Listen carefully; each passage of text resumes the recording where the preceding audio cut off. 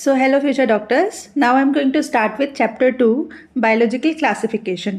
इस चैप्टर को भी हम लाइन बाय लाइन पढ़ेंगे. इंट्रोडक्शन में जो जो पॉइंट्स इंपॉर्टेंट है मैं पहले वो डिस्कस करूँगी. उसके बाद हम यहाँ से, ठीक है, इधर से हम लाइन बाय लाइन पढ़ेंगे. तो लेट्स गेट स्टार्टेड. ठीक है, देखो इसमें दिया हुआ है कि जब से सिविलाइजेशन स्टार्ट हुआ था, since the dawn of civilisation, classification जो है तभी से स्टार्ट हो गया था. लेकिन पहले जो क्लासिफिकेशन किया जाता था ऑर्गेनिजम्स का, वो अपने फ़ायदे के लिए किया जाता था, फॉर आवर ओन यूज़. जैसे कि फूड के लिए, शेल्टर के लिए, क्लोथिंग के लिए. मतलब मान लो हम प्लांट्स को क्लासिफाई करते थे इस बेसिस पे, जैसे कि कौन से प्लांट्स हैं जिनसे हमें फूड मिल रहा है, उनको एक कैटेगरी में रख दिया. कौन से प्लांट्स ऐसे हैं जिनसे हम कपड़ा बना सकते हैं, उनको एक कैटेगरी में रख दिया. इसके अलावा शेल्टर के लिए मेडिसिनल प्लांट्स, कौन से प्लांट से हमें मेडिसिन मिलती हैं. तो अपने फ़ायदे के लिए पहले हम लोग प्लांट्स को क्लासीफाई करते थे. Aristotle was the earliest to attempt a more scientific basis for classification. सबसे पहले जो एक साइंटिफिक बेसिस पे क्लासिफिकेशन किया गया था वो एरिस्टोटल ने किया था. उन्होंने मॉर्फोलॉजिकल कैरेक्टर्स, मतलब जो हमें बाहर से दिखाई देते हैं, उन कैरेक्टर्स के बेसिस पे जो प्लांट्स हैं उनको 3 कैटेगरीज में डिवाइड किया था. Trees, shrubs and herbs. जो सरफेस ड्वेलिंग प्लांट्स होते हैं उनको हर्ब्स, मतलब जो बहुत कम हाइट के होते हैं, बहुत शॉर्ट हाइट के होते हैं, उनको उन्होंने हर्ब्स बोला था. उनसे जो थोड़े से बड़े होते हैं, मीडियम साइज़ के हाइट जिनकी होती है, उनको श्रब्स बोला था. और जो टॉल प्लांट्स होते हैं उनको ट्रीज बोला था. तो सिंपल मॉर्फोलॉजी के बेसिस पे. और यहाँ पे कौन सा मॉर्फोलॉजिकल कैरेक्टर एरिस्टोटल ने कंसिडर किया था, विच वॉज हाइट. ठीक है, हाइट के बेसिस पे. उन्होंने जो एनिमल्स थे उनको भी 2 ग्रुप्स में डिवाइड किया था, रेड ब्लडेड एंड जिनका रेड ब्लड नहीं था. जो रेड ब्लडेड थे उनको उन्होंने एक कैटेगरी में रखा था, और जो रेड ब्लडेड नहीं थे उनको उन्होंने दूसरी कैटेगरी में रख दिया था. तो ये एरिस्टोटल का सबसे पहला क्लासिफिकेशन था. ठीक है, उसके बाद आया हमारा 2 kingdom system of classification which was given by Linnaeus. Linnaeus ने जितने भी ऑर्गेनिजम्स थे उनको 2 किंगडम्स में क्लासीफाई किया था, Plantae and Animalia kingdom.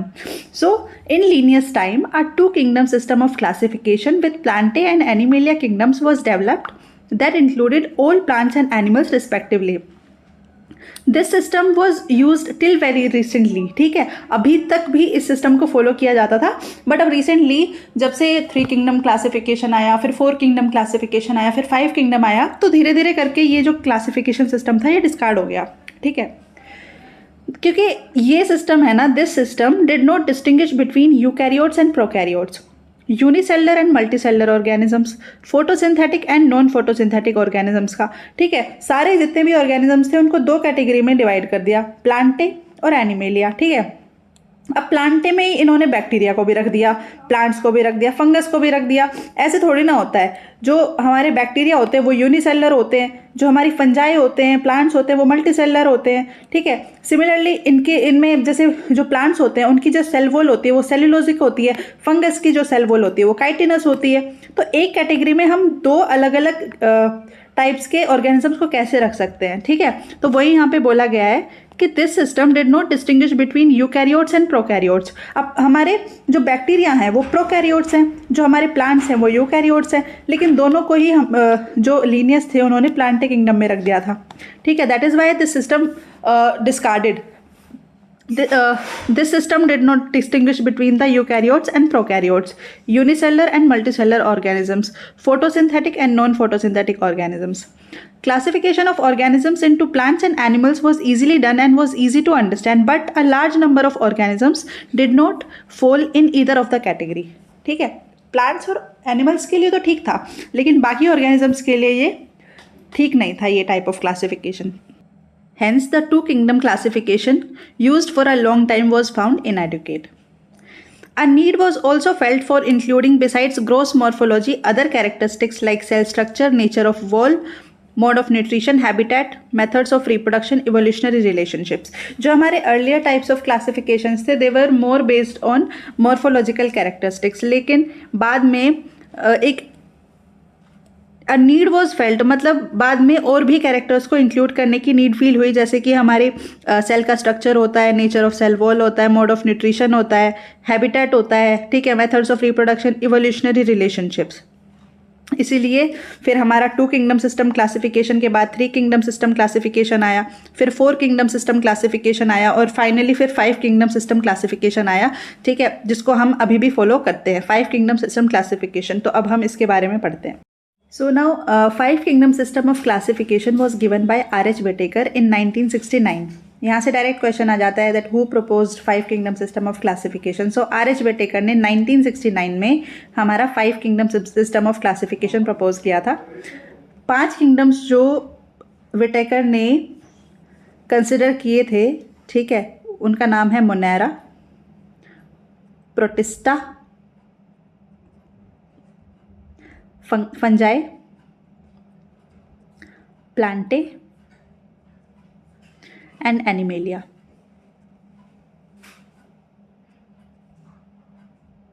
These were the 5 kingdoms, ठीक है। So R.H. Whittaker proposed a 5 kingdom system of classification. Kingdoms defined by him were named Monera, Protista, Fungi, Plantae and Animalia.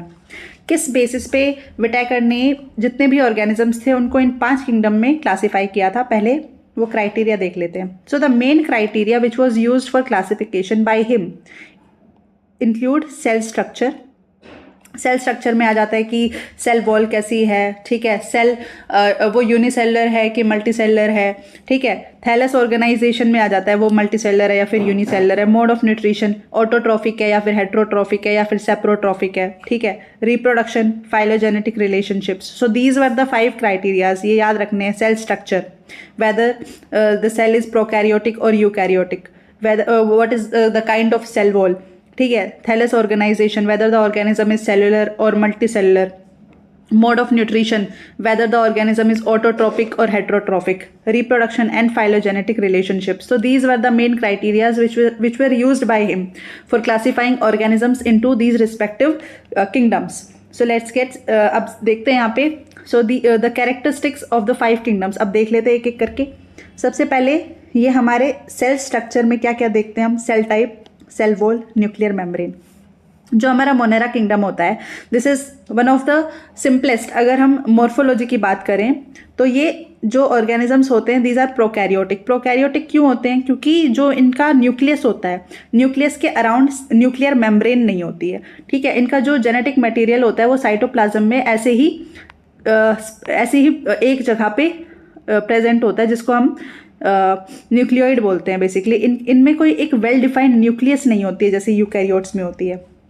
तो इनका जो cell type होता है that is prokaryotic. बाकी जो 4 kingdoms हैं इसमें हमारे यूकैरियोट्स आ जाते हैं, ठीक है। प्रोकैरियोटिक और यूकैरियोटिक बोलने का सबसे मेन बेसिस होता है कि ऑर्गेनिज्म में न्यूक्लियर मेम्ब्रेन है या नहीं है, ठीक है। अगर नहीं है, जिनमें भी नहीं है, they are all categorised in this category Monera, और जिनमें है उनको फिर फर्दर हम इन 4 किंगडम्स में क्लासीफाई करते हैं, ठीक है।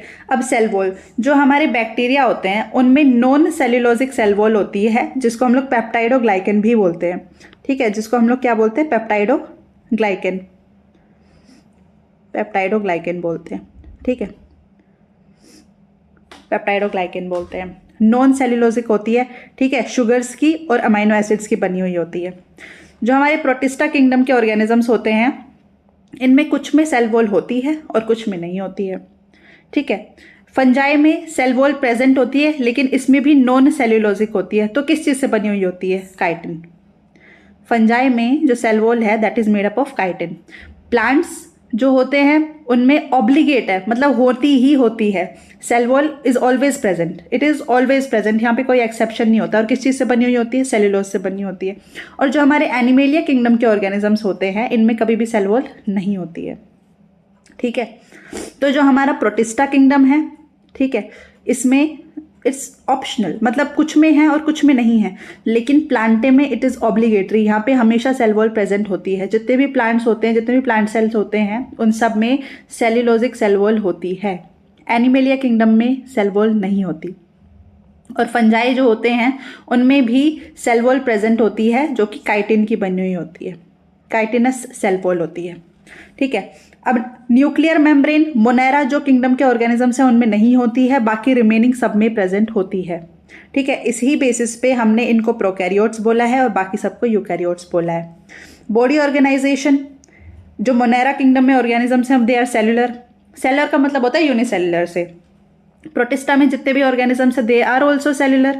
ठीक है, फंजाई में मल्टी सेलुलर होते हैं या फिर लूज टिश्यू, मतलब they are aggregates of cell, लेकिन उनमें जो सेल्स हैं, ठीक है, वो कोई टिश्यू का फॉर्मेशन नहीं कर रहे हैं। मतलब ऐसा नहीं है कि एक पर्टिकुलर ग्रुप ऑफ सेल्स मिलके एक पर्टिकुलर फंक्शन परफॉर्म कर रहे हैं, नहीं, they are just aggregates of cells, multiple cells के जस्ट एग्रीगेट हैं, और उनमें जो हर सेल है वो अपना एक इंडिविजुअल फंक्शन परफॉर्म करता है, इसीलिए इनको मल्टी सेलर लूज टिश्यू बोला जाता है। जो प्लांटे होते हैं इनमें टिश्यूज प्रेजेंट होते हैं और ऑर्गन्स प्रेजेंट होते हैं। ऑर्गन्स जैसे कि roots, stem, leaves, they are all organs. और जो एनिमेलिया किंगडम में ऑर्गेनिजम्स होते हैं उनमें टिश्यू लेवल ऑफ ऑर्गेनाइजेशन भी होता है, ऑर्गन भी होता है, ऑर्गन सिस्टम, मतलब कि उनमें टिश्यूज भी प्रेजेंट होते हैं। जैसे हमारे अंदर 4 तरीके के टिश्यूज होते हैं, एपिथेलियल टिश्यू, मसल्स होती हैं हमारी, कनेक्टिव टिश्यू होता है ना, और हमारा न्यूरल टिश्यू भी होता है, ऑर्गन्स भी होते हैं, इंडिविजुअल ऑर्गन्स हो गए जैसे हार्ट हो गया, किडनी हो गए, लंग्स हो गए, और ऑर्गन सिस्टम जैसे कि हमारा रेस्पिरेटरी सिस्टम हो गया, गैस्ट्रोइंटेस्टाइनल सिस्टम हो गया, ठीक है, हमारा सर्कुलेटरी सिस्टम्स हो गया। तो ये सारे एनिमेलिया किंगडम के ऑर्गेनिजम्स में होता है। Mode of nutrition, so the next character is mode of nutrition.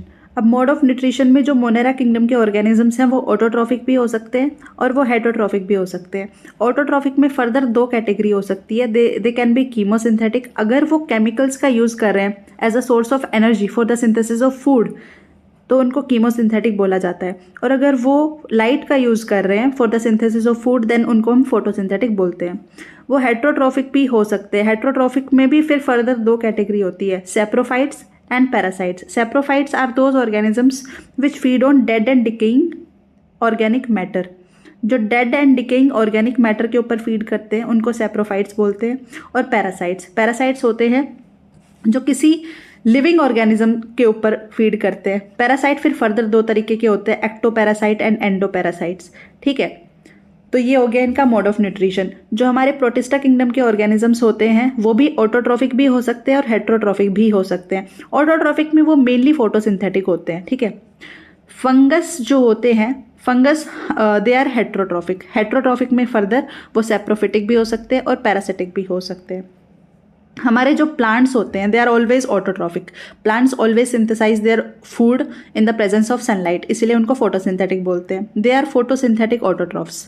ठीक है, जो हमारे मोनेरेंस होते हैं they can be chemosynthetic autotrophs और फोटोसिंथेटिक ऑटोट्रॉफ्स, बट जो हमारे प्लांट्स होते हैं they are always photosynthetic autotrophs. जो हमारे एनिमेलिया किंगडम के ऑर्गेनिजम्स होते हैं दे आर हेटरोट्रॉफिक। ठीक है, हेटरोट्रॉफिक में वो होलोजोइक भी हो सकते हैं और वो सेप्रोफिटिक भी हो सकते हैं। होलोजोइक का मतलब होता है जैसे कि वो पहले खाना इंजेस्ट करेंगे, फिर उसको डाइजेस्ट करेंगे, ठीक है, उसके बाद उसको एब्जॉर्ब करेंगे, उसके बाद उसको एसिमिलेट करेंगे और लास्ट में उसको इजेक्ट आउट कर देंगे। इसको बोलते हैं होलोजोइक मोड ऑफ न्यूट्रिशन, कि पहले इंजेशन किया, फिर उसका डाइजेशन होगा बॉडी में, फिर उसका एब्जॉर्प्शन होगा, एब्जॉर्प्शन के बाद एसिमिलेशन होगा। एसिमिलेशन का मतलब होता है यूटिलाइजेशन, और जो लास्ट में बच जाता है उसको बॉडी से बाहर इजेक्ट आउट कर दिया जाता है, उसको बोलते हैं होलोजोइक मोड ऑफ न्यूट्रिशन। ठीक है, अब और सेप्रोफिटिक भी हो सकते हैं, मतलब डेड एंड डिकेइंग ऑर्गेनिजम्स के ऊपर फीड भी कर सकते हैं। ठीक है, so now let's look at this 5 kingdom system of classification to understand the issues and considerations that influence the classification system. Earlier classification systems included bacteria, blue-green algae, fungi, moss, ferns, gymnosperm and angiosperms under plants. मतलब पहले bacterias, fungus और जो हमारे plants थे उनको एक ही category में रख दिया था, प्लांटे, जैसे कि लिनियस ने रखा था। लेकिन इसका ड्रॉबैक क्या है, हमारे जो बैक्टीरिया होते हैं वो क्या है, दे आर यूनिसेलर, लेकिन जो हमारे प्लांट्स होते हैं वो होते हैं मल्टीसेलर। जो फंगस होती है वो भी मल्टीसेलर होती है, तो वो एक कैटेगरी में कैसे आ सकते हैं। सिमिलरली जो हमारे बैक्टीरिया होते हैं उनमें जो न्यूक्लियर मेम्ब्रेन होती है वो एब्सेंट होती है, लेकिन हमारे फंगस में और जिम्नोस्पर्म एंजियोस्पर्म्स में प्रेजेंट होती है। इसीलिए ये एक ही कैटेगरी में कैसे आ सकते हैं, इसीलिए वो जो हमारा 2 किंगडम सिस्टम ऑफ क्लासिफिकेशन था वो अल्टीमेटली डिस्कार्ड हो गया। ठीक है, सो द किस बेसिस पे इनको एक ही कैटेगरी में रखा गया था? So the character that unified this whole kingdom was that all the organisms included had a cell wall in their, मतलब एक सेल वॉल प्रेजेंट थी इन सब में, इसलिए उनको एक ही कैटेगरी में रख दिया था। लेकिन सिर्फ सेल वॉल एक कैरेक्टर अगर कंसिडर कर लें तो हम इनको एक ही कैटेगरी में क्लासीफाई कर सकते हैं, लेकिन सिर्फ एक कैरेक्टर के बेसिस पे अगर हम क्लासीफाई करें तो वो गलत है, हमें बाकी कैरेक्टर्स भी कंसिडर करने पड़ेंगे। ठीक है, so this placed together groups which widely deferred in other characteristics. सिर्फ एक सेल वॉल प्रेजेंट थी, ये एक कॉमन कैरेक्टरिस्टिक था, लेकिन बाकी जो कैरेक्टरिस्टिक्स थे दे वर एंटायरली डिफरेंट। ठीक है, बैक्टीरिया हमारे प्रोकैरियोट्स होते हैं, रिमेनिंग ये सब यूकैरियोट्स थे। ठीक है, जो हमारे बैक्टीरिया होते हैं वो यूनिसेलर होते हैं, लेकिन फंगाई और प्लांट्स जो हमारे मल्टीसेलर होते हैं, इनमें जो सेल वॉल होती है वो पेप्टिडोग्लाइकेन की बनी होती है, फंगस में काइटिन की बनी होती है, प्लांट्स में सेलुलोज की बनी हुई होती है। ठीक है, so that is why it brought together the prokaryotic bacteria and blue-green algae with other groups which were eukaryotic. It also grouped together unicellular organisms and multicellular ones. जैसे कि Chlamydomonas and Spirogyra were placed together under algae. Chlamydomonas कैसा होता है? Chlamydomonas is unicellular. It is unicellular. ठीक है, और जो हमारा Spirogyra है दिस इज multicellular. ठीक है, तो एक ही कैटेगरी में वो कैसे रखे जा सकते हैं? ठीक है, so the classification did not differentiate between heterotrophic groups जैसे कि fungus and the autotrophic green plants. अब जो हमारी फंगस है वो कैसे होती है? हेट्रोट्रॉफिक होती है, लेकिन प्लांट्स होते हैं दे आर ऑटोट्रॉफिक। इस बेसिस पे अगर देखें तो भी हम उनको एक ही कैटेगरी में प्लेस नहीं कर सकते हैं। ठीक है, जो फंगस होती है उनमें जो काइटिन है वो प्रेजेंट होती है सेल वॉल में, लेकिन जो प्लांट्स होते हैं उनमें सेलुलोज प्रेजेंट होती है। तो ये कुछ फैक्टर्स थे जिसकी वजह से हमारे two kingdom classification system discard हो गया था। So when such characteristics were considered the fungi were placed into a separate kingdom fungi. All prokaryotic organisms were grouped together under kingdom Monera. जितने भी प्रोकैरियोट्स होते हैं they are grouped in Monera. जितने भी हमारे यूनिसेलुलर यूकैरियोट्स होते हैं they are placed in the kingdom Protista. ठीक है, kingdom Protista had brought together Chlamydomonas chlorella with Paramecium and amoeba. ठीक है, तो जितने भी हमारे यूनिसेलुलर ऑर्गेनिजम्स होंगे या तो वो प्रोकैरियोटिक किंगडम में होंगे या फिर वो हमारे मोनेरा किंगडम में होंगे या फिर हमारे प्रोटिस्टा किंगडम में होंगे। अब हम इन दोनों में किस बेसिस पे क्लासीफाई कर रहे हैं? जो मोनेरन्स होते हैं उनमें हमारी न्यूक्लियर मेम्ब्रेन एब्सेंट होती है, लेकिन जो हमारे प्रोटिस्टेंट्स होते हैं वो भी यूनिसेलुलर हैं, लेकिन उनमें हमारी न्यूक्लियर मेम्ब्रेन प्रेजेंट होती है। ठीक है, सो it has put together organisms which in earlier classifications were placed in different kingdoms.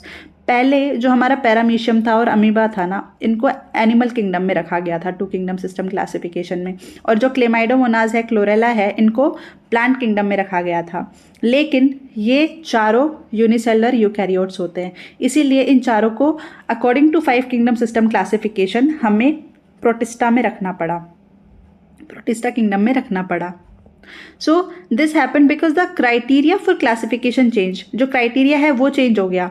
This kind of changes will take in future too, depending on the improvement in our understanding of characters and evolutionary relationships. अब जो 5 kingdom system classification है उसके बाद further हमारा 6 kingdom classification system भी आ रहा है, और ऐसे करते करते further और हमारा जो classification है वो और ज़्यादा improve होगा जैसे जैसे हम क्राइटेरिया थोड़ा चेंज करते जाएंगे। तो ये कोई कांस्टेंट नहीं है जो 5 किंगडम सिस्टम ऑफ क्लासिफिकेशन है, इसमें भी चेंजेस हो रहे हैं। Over time, an attempt has been made to evolve a classification system which reflects not only the morphological, physiological and reproductive similarities but is also phylogenetic, that is based on evolutionary relationships. तो अभी हम और भी ज़्यादा characteristics को consider कर रहे हैं क्लासिफिकेशन के लिए। तो अब हम 1 by 1 इस चैप्टर में पांचों किंगडम, मतलब इस चैप्टर में हम मोनेरा पढ़ेंगे, प्रोटिस्टा पढ़ेंगे और फंजाई पढ़ेंगे।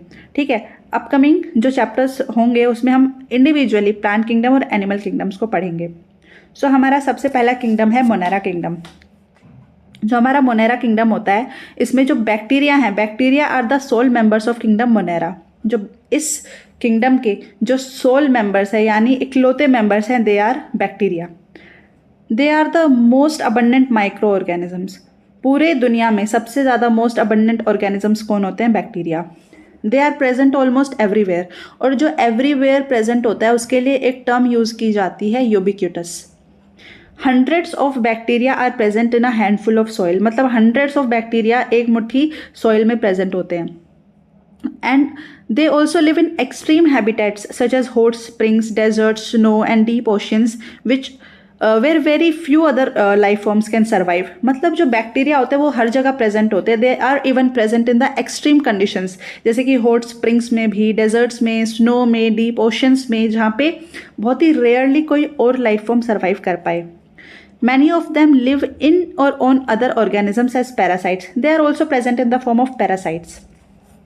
अब जो हमारे बैक्टीरिया होते हैं वो मेनली उनकी 4 शेप्स होती हैं। They can B spherical, spherical के लिए एक टर्म यूज़ की जाती है विच इज़ कोकस, ठीक है। वो रोड शेप भी हो सकते हैं, रोड शेप के लिए एक टर्म यूज़ की जाती है विच इज़ बेसिलस, ठीक है। They can be comma shaped, comma shape के लिए टर्म यूज़ की जाती है विब्रियम, ठीक है। और दे कैन बी स्पाइरल, स्पाइरल के लिए टर्म यूज़ की जाती है स्पिरिलम, ठीक है। तो अगर ऐसे राउंड राउंड ऑर्गेनिजम्स होते हैं, अगर ऐसे राउंड राउंड बैक्टीरिया हैं तो उनके लिए टर्म है कोकस। अगर ऐसे रोड शेप्ड हैं तो उनके लिए टर्म है बेसिलाई। अगर वो ऐसे स्पाइरल फॉर्म में है, ऐसे जिगजैग जिगजैग हैं, तो उनके लिए टर्म यूज़ की जाती है स्पाइरेला। और अगर वो ऐसे कोमा शेप्ड हैं, ठीक है, तो उनके लिए टर्म यूज़ की जाती है vibrio. So these are the 4 shapes, mainly bacteria इन्हीं शेप्स के होते हैं। So these are different shapes of bacteria. Now, though the bacterial structure is very simple, they are very complex in behavior. जो bacteria होते हैं उनका structure कैसा होता है, जैसे ये बैक्टीरिया है, ठीक है, इनके अंदर ऐसे स्कैटर्ड सा इनका जेनेटिक मटेरियल होता है, ठीक है। और इनका जो जेनेटिक मटेरियल होता है that is double standard circular DNA. ऐसे ही यहाँ पे हमारे 70s राइबोसोम्स होते हैं, ठीक है। कुछ यहाँ पे हमारे इंक्लूजन बॉडीज़ होती हैं, ठीक है। इनकी जो सेल वॉल होती है that is made up of peptide और ग्लाइकेन, ठीक है। एक हम इनकी न्यूक्लियर मेम्ब्रेन होती है। कुछ स्ट्रक्चर्स जैसे हमारे फिम्ब्राई हो गए, पिलाई हो गए, ठीक है। अगर मोटाइल होंगे तो फ्लैजिला हो जाएगा। तो इतना सिंपल सा इनका स्ट्रक्चर होता है, लेकिन इनका जो बिहेवियर है दैट इज़ वेरी कॉम्प्लेक्स। जैसे कि अब हम इनका मोड ऑफ न्यूट्रिशन जब डिस्कस कर रहे थे तो हमने देखा था कि मोड ऑफ न्यूट्रिशन में ये कितना डाइवर्स थे, मतलब वो ऑटोट्रॉफिक भी हो सकते हैं, वो हेट्रोट्रॉफिक भी हो सकते हैं। फिर ऑटोट्रॉफिक में भी डाइवर्सिटी है, वो कीमोसिंथेटिक भी हो सकते हैं, वो फोटोसिंथेटिक भी हो सकते हैं। फर्दर वो हेट्रोट्रॉफिक में भी डाइवर्सिटी है, जैसे वो सेप्रोफाइट्स भी हो सकते हैं और वो पैरासाइट्स भी हो सकते हैं। इसीलिए यहाँ पे लाइन यूज़ की गई है that though the bacterial structure is very simple, they are very complex in behaviour. Compared to many other organisms, bacteria as a group shows the most extensive metabolic diversity. ठीक है, some of the bacteria are autotrophic, that is they synthesize their own food from inorganic substrates. They may be photosynthetic autotrophic or chemosynthetic autotrophic. The vast majority of the bacteria are heterotrophs, that is they do not synthesize their own food but depend on other organisms or on dead organic matter for food. यही मैंने बोला था कि though their structure is very simple but their behavior is very complex. वो autotrophic भी हो सकते हैं, वो हेट्रोट्रॉफिक भी हो सकते हैं। मेनली तो हेट्रोट्रॉफ्स होते हैं। हेट्रोट्रॉफ्स में भी फिर फर्दर वो हमारे सेप्रोफाइट्स भी हो सकते हैं और पैरासाइट्स भी हो सकते हैं, ठीक है। ऑटोट्रॉफिक में भी वो कीमोसिंथेटिक ऑटोट्रॉफ्स भी हो सकते हैं और वो फोटोसिंथेटिक ऑटोट्रॉफ्स भी होते हैं। That is why this line is given that the structure is very simple but they are very complex in behaviour.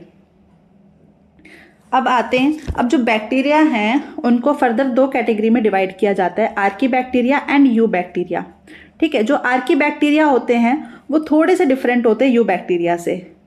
दोनों ही मोनेरा किंगडम में आते हैं, लेकिन यू बैक्टीरिया यानी ट्रू बैक्टीरिया, आर्की बैक्टीरिया मतलब थोड़े से डिफरेंट होंगे और ये सबसे प्रिमिटिव ऑर्गेनिजम्स होते हैं, ठीक है। तो सबसे पहले हम आर्की बैक्टीरिया के बारे में पढ़ते हैं। So these bacteria are special. These bacteria are special since they live in some of the most harsh habitats such as extreme salty areas, जिनको हेलोफाइल्स बोलते हैं, ठीक है। एक्सट्रीम सॉल्टी एरियाज में भी प्रेजेंट होते हैं। They are present in hot springs, they are present in marshy areas, ठीक है। इसीलिए ये थोड़े से स्पेशल है क्योंकि इसमें जो भी ऑर्गेनिजम्स प्रेजेंट होते हैं वो बहुत ही एक्सट्रीम कंडीशंस, बहुत ही हार्श हैबिटेट्स में प्रेजेंट होते हैं। वो बहुत ही ज़्यादा एक्सट्रीम सॉल्टी एरियाज में होंगे, ठीक है। जो ऐसे एरियाज में प्रेजेंट होते हैं उनको हेलोफाइल्स बोलते हैं। They can be present in hot springs, उनके लिए टर्म यूज़ की जाती है थर्मो एसिडोफाइल्स। ठीक है, they can be present in marshy areas, उनके लिए टर्म यूज़ की जाती है methanogens. So archaebacteria differ from other bacteria in having a different cell wall structure, and this feature is responsible for their survival in extreme conditions. This line is important. Archaebacteria बाकी bacteria से different कैसे हैं? क्योंकि इनकी जो cell wall होती है वो थोड़ी सी डिफरेंट होती है. जो हमारे ट्रू बैक्टीरिया यानी यू बैक्टीरिया हैं उनकी सेल वॉल जो है that is made up of peptidoglycan. ठीक है, उनमें शुगर्स प्रेजेंट होती है नैम एंड नैग. लेकिन इनकी जो सेल वॉल होती है वो थोड़ी सी डिफरेंट होती है. इनकी जो सेल वॉल होती है वो हमारी पेप्टाइडोग्लाइकेन की नहीं बनी हुई होती है. ठीक है, इनकी जो सेल वॉल होती है वो स्यूडो पेप्टाइडोग्लाइकेन की बनी हुई होती है, वो थोड़ी सी डिफरेंट है. सो क्योंकि इनका जो सेल वॉल का स्ट्रक्चर है वो डिफरेंट है, इस बेसिस पे ये कुछ एक्सट्रीम कंडीशंस में भी सर्वाइव कर जाते हैं as compared with eubacteria. इसलिए इनको एक फर्दर कैटेगरी में डिवाइड कर दिया जाता है जिनको आर्की बैक्टीरिया बोला जाता है. आर्की का मतलब होता है प्रिमिटिव. ठीक है, आर्की का मतलब होता है primitive. So methanogens are present in the gut of several ruminant animals such as cows and buffaloes, and they are responsible for the production of methane gas from the dung of these animals. अब यहाँ पे एक example दे दिया, जैसे methanogens is also a category of archaebacteria. अब methanogens का एक example दे दिया कि जैसे कहाँ पे प्रेजेंट होते हैं, जैसे कि जो हमारे रूमिनेंट एनिमल्स होते हैं. Ruminant is a part of stomach, basically gut का पार्ट होता है काउज में और बफेलोज में, वहाँ पे ये प्रेजेंट होते हैं. और ये organisms when come out in the excreta of these animals, तो वो उससे मिथेन गैस यानी बायोगैस का भी प्रोडक्शन करते हैं. इसीलिए इनको मिथेनोजेंस बोला जाता है क्योंकि ये ऑर्गेनिजम्स मीथेन गैस का प्रोडक्शन करते हैं. ठीक है, they are methane producing, that is why the term is used methanogens. So this was about archaebacteria only. हमें सिर्फ इतना ही जानना है आर्कीबैक्टीरिया के बारे में. ठीक है, नाउ यू बैक्टीरिया. तो अब देखते हैं यू बैक्टीरिया. यू का मतलब होता है ट्रू. ठीक है, जो भी हमने अब तक कैरेक्टरिस्टिक्स देखे कि जो सेल वॉल है वो पेप्टाइडोग्लाइकेन की बनी हुई होती है. ठीक है, और जो हमारा जेनेटिक मटेरियल है वो डबल स्टैंडर्ड सर्कुलर होता है. जो हमारा राइबोसोम्स हैं they are of 70s type. तो ऐसे कुछ कैरेक्टरिस्टिक्स जो होते हैं वो हमारे ट्रू बैक्टीरिया यानी यू बैक्टीरियाज के होते हैं. So there are thousands of different eubacteria और true bacteria. They are characterised by the presence of a rigid cell wall which is made up of peptidoglycan. And if motile a flagellum, अगर वो motile होते हैं तो उनमें flagella भी present होता है. द साइनोबैक्टीरिया जिनको हम ब्लू ग्रीन एल्गी भी बोलते हैं, they have chlorophyll a which is similar to green plants, that is why they are photosynthetic autotrophs. हमने जब बैक्टीरिया का न्यूट्रिशन डिस्कस किया था तो उसमें हमने दो कैटेगरी में बैक्टीरिया को कैटेगराइज किया था. ठीक है, जब हमने फोटोसिंथेटिक के बारे में बोला था कि वो ऑटोट्रॉफिक भी हो सकते हैं. ठीक है, फोटो ऑटोट्रॉफिक भी हो सकते हैं. ठीक है, और वो हमारे कीमो सिंथेटिक ऑटोट्रॉफ्स भी हो सकते हैं. ठीक है, हमने ये बोला था. अब वो फोटोसिंथेटिक कैसे होंगे, कब होंगे? जब उनमें क्लोरोफिल प्रेजेंट होगा. तो जो हमारे साइनोबैक्टीरिया होते हैं उनमें क्लोरोफिल ए प्रेजेंट होता है which is similar to green plants. जो ग्रीन प्लांट्स होते हैं मतलब हायर प्लांट्स होते हैं उनमें भी क्लोरोफिल ए प्रेजेंट होता है. दैट इज़ वाई ये फोटोसिंथेटिक ऑटोट्रॉफ्स होते हैं. The cyanobacteria are unicellular, colonial और फिलामेंटस. जो हमारे साइनोबैक्टीरिया होते हैं वो यूनिसेलर भी हो सकते हैं, वो कॉलोनियल भी हो सकते हैं और वो फिलामेंटस भी हो सकते हैं. यूनिसेलर मतलब ऐसे अलग अलग सेल्स हैं. ठीक, इस तरीके से ये एक साइनोबैक्टीरिया होगा, ये एक साइनोबैक्टीरिया, ये एक साइनोबैक्टीरिया. वो कॉलोनीज में भी हो सकते हैं, मतलब कुछ जैसे बहुत सारे साइनोबैक्टीरिया वैसे कॉलोनी के फॉर्म में प्रेजेंट है. ठीक है, द इंडिविजुअली तो वो यूनिसेलर ऑर्गेनिज्म है, ये एक पर्टिकुलर ऑर्गेनिज्म है, ये एक पर्टिकुलर साइनोबैक्टीरिया, ये एक पर्टिकुलर साइनोबैक्टीरिया, ये एक पर्टिकुलर साइनोबैक्टीरिया, लेकिन ये सारे एक साथ प्रेजेंट है इसलिए ये कॉलोनी बना लेते हैं. ठीक है, या फिर वो ऐसे फिलामेंट्स के फॉर्म में भी प्रेजेंट हो सकते हैं, जैसे कि हमारा नोस्टॉक का ये डायग्राम दे रखा है. ये अलग अलग साइनोबैक्टीरिया, ये अलग साइनोबैक्टीरिया, ये अलग है, लेकिन ये ऐसे पूरी एक कॉलोनी बना रखी है इन लोगों ने. ये कॉलोनी है. ठीक है, तो this is filamentous blue green algae. ठीक है, ये नोस्टॉक का डायग्राम है. So the cyanobacteria are unicellular, colonial और फिलामेंटस. वो फ्रेश वाटर में भी प्रेजेंट हो सकते हैं, वो मैराइन भी हो सकते हैं, और वो टेरेस्ट्रियल भी हो सकते हैं, टेरेस्ट्रियल एल्गी भी हो सकते हैं। मतलब वो फ्रेश वाटर में भी मिल सकते हैं, वो मैराइन वाटर में भी मिल सकते हैं, और वो टेरेस्ट्रियल भी हो सकते हैं, यानी ज़मीन पर भी मिल सकते हैं। So the colonies are generally surrounded by gelatinous sheath. इनकी जो कॉलोनीज होती है ना, इनके अराउंड ये एक जेलेटिन की ऐसी कवरिंग होती है जिसको हम म्यूसिलेजिनस शीट भी बोलते हैं। ये इंपॉर्टेंट है, यहाँ से क्वेश्चन आ सकता है कि जो हमारे ब्लू ग्रीन एल्गी होते हैं, ठीक है, जो फिलामेंटस ब्लू ग्रीन एल्गीज होते हैं या फिर जो कॉलोनियल ब्लू ग्रीन एल्गी होती है, they are generally surrounded by a gelatinous sheet जिसको म्यूसिलेजिनस शीट भी बोलते हैं। They often form bloom in polluted water bodies. जो पॉल्यूटेड वाटर बॉडीज़ होती है ना, उनमें ये बहुत ज़्यादा ग्रो कर जाते हैं, इसलिए ये ब्लूम का फॉर्मेशन कर लेते हैं। ठीक है, some of these organisms can fix atmospheric nitrogen into specialised cells called heterocyst, example Nostoc and Anabaena. ठीक है, कुछ ऐसे ऑर्गेनिजम्स हैं जैसे कि हमारा नोस्टॉक हो गया, एनाबिना हो गया, ये भी ब्लू ग्रीन एल्गी हैं, लेकिन इनमें क्या होता है कि एक स्पेशलाइज्ड सेल प्रेजेंट होता है जिसको हेट्रोसिस्ट बोलते हैं। ठीक है, ये हेट्रोसिस्ट के अंदर क्या है, जो एटमॉस्फेरिक नाइट्रोजन है, एटमॉस्फेरिक नाइट्रोजन को दे कैन फिक्स, ठीक है, they can fix and they can convert it into ammonia. तो ये एटमॉस्फेरिक नाइट्रोजन का फिक्सेशन भी कर सकते हैं। सो some of these organisms can fix atmospheric nitrogen in specialized cells called heterocyst, example nostoc and anabina।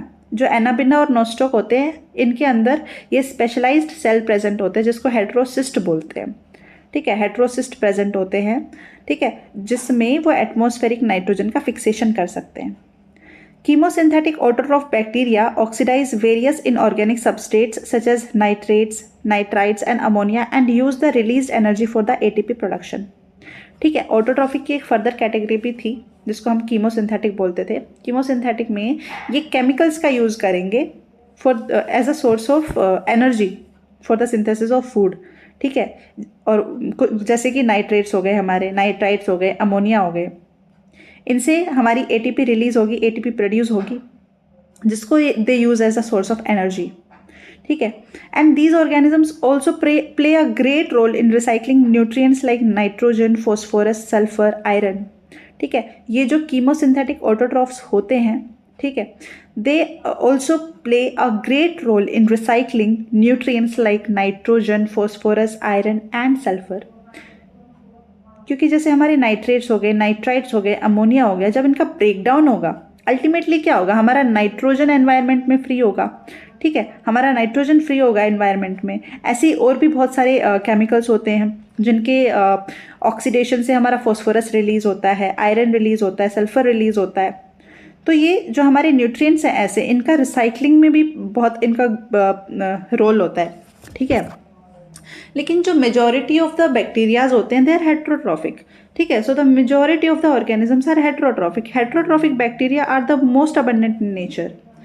Autotrophic और heterotrophic में भी हेट्रोट्रॉफिक बैक्टीरिया ज़्यादा होते हैं। ठीक है, और उसमें से भी the majority of them are decomposers. Majority of them are decomposers मतलब वो हमारे dead and decaying organic matter के ऊपर फीड करते हैं। इसका मतलब क्या है, सेप्रोफिटिक। इसका मतलब क्या है, सेप्रोफिटिक। मेजॉरिटी कैसे हैं, डिकम्पोजर्स हैं। Many of them have a significant impact on human affair. They are helpful in making curd from milk, production of antibiotics, fixing nitrogen in legumes, roots etcetera. ठीक है, जैसे कि हमारा लैक्टोबैसिलस जो होता है बैक्टीरिया, ठीक है, वो हेट्रोट्रॉफिक बैक्टीरिया है, वो कर्ड के फॉर्मेशन में बहुत यूजफुल होता है। ऐसे ही कुछ बैक्टीरिया होते हैं जो हमारे एंटीबायोटिक्स प्रोड्यूस करते हैं।